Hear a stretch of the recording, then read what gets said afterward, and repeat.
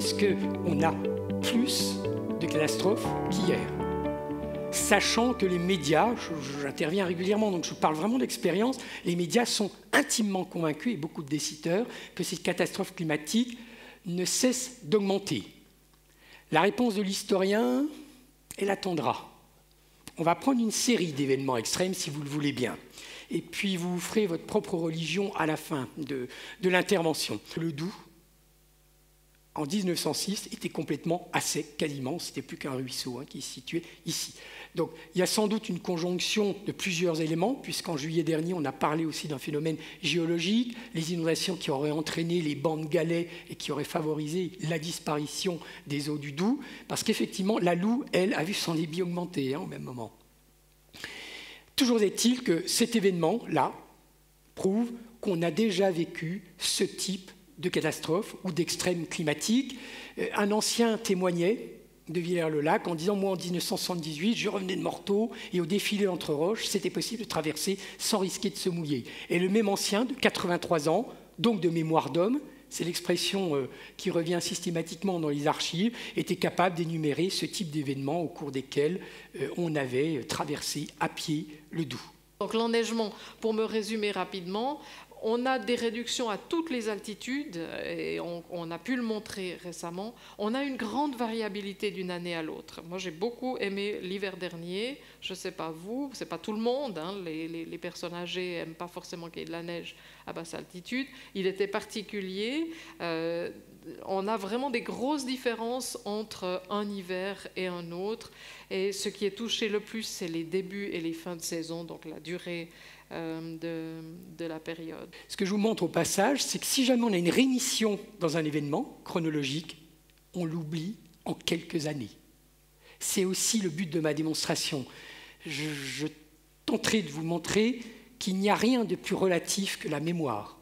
Une cause importante des émissions de gaz à effet de serre, c'est la déforestation dans les régions tropicales. La déforestation tropicale.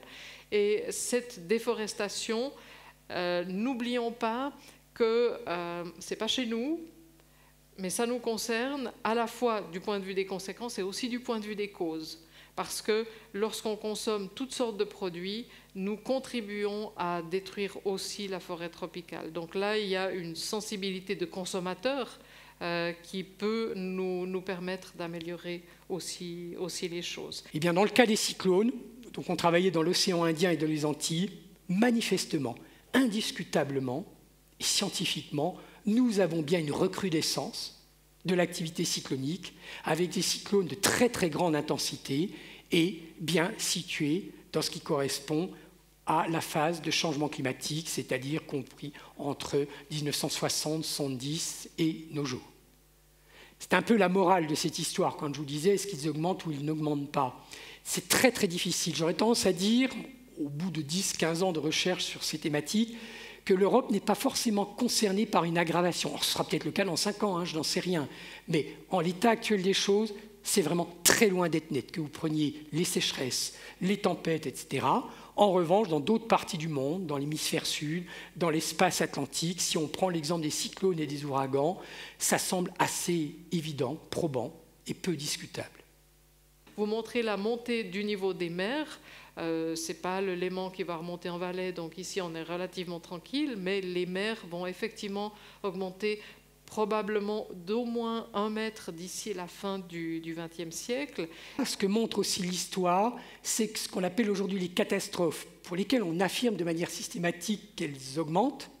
Je pense que c'est le produit d'une mauvaise interprétation. Ce qui augmente véritablement, quand vous regardez les courbes sur les catastrophes, je vous renvoie au graphique produit par l'UCL, l'Université catholique de Louvain.